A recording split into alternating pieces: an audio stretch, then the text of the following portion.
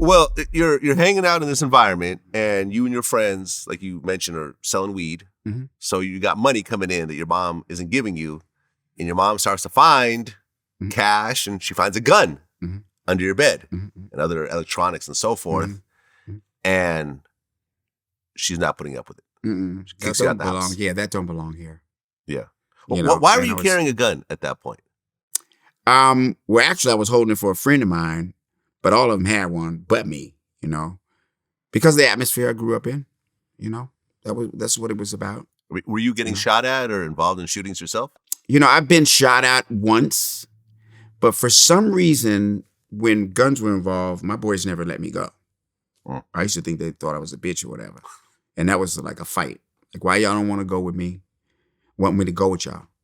Or would y'all think I'm a bitch or whatever, And they're like, you can't go. It was a fight a lot of times. And, now I realize that it was the good God watching out for me because they knew that I wasn't made for that there was something else I was supposed to be doing, Right. Well, you got stabbed at one point. Through my hand, yeah. That's just, that I can fill in that grocery list by saying I grew up in DC. You know what I mean? Yeah. If you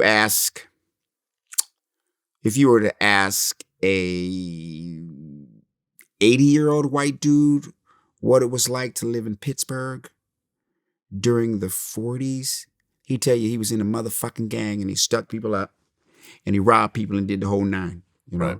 If you asked a 90-year-old Irish guy who grew up in New York City, he'd probably tell you the same thing. Yeah. He'd probably tell you the same damn thing. Same little grocery list. Yep. So your mom kicks you out and you move in with an older guy?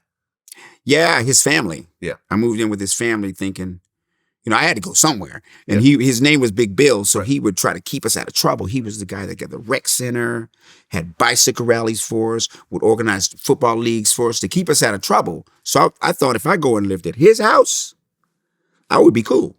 You know what I mean? But then I went to his house and I wanted to climb out the window the first day because they had more chores than I did. So I was like, shit, I want to go. I want to go home. I thought I had to clean up a lot. You know what I mean? I'm like, I'm ready to get out of here. But the pivotal lesson came there because that night with the gun and all that, I told them that was my dad. Yeah. See, I was going to jail that night and something happened really significant in my thinking. My thinking started to change from wanting to be this thug, wanting to be this person that was going to engage himself in all his behavior, right? Because in that atmosphere, that's cool.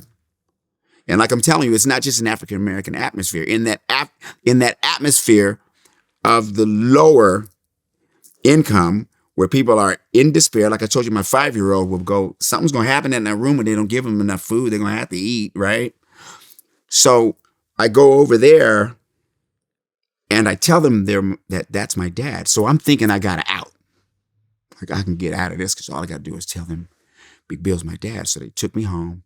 They said, that's your father? Because he worked with the police station. And all that. Yeah, I said, yeah. So I walked in the house with them. He opens the door. He says, they say to him, is this your son? He goes, yeah.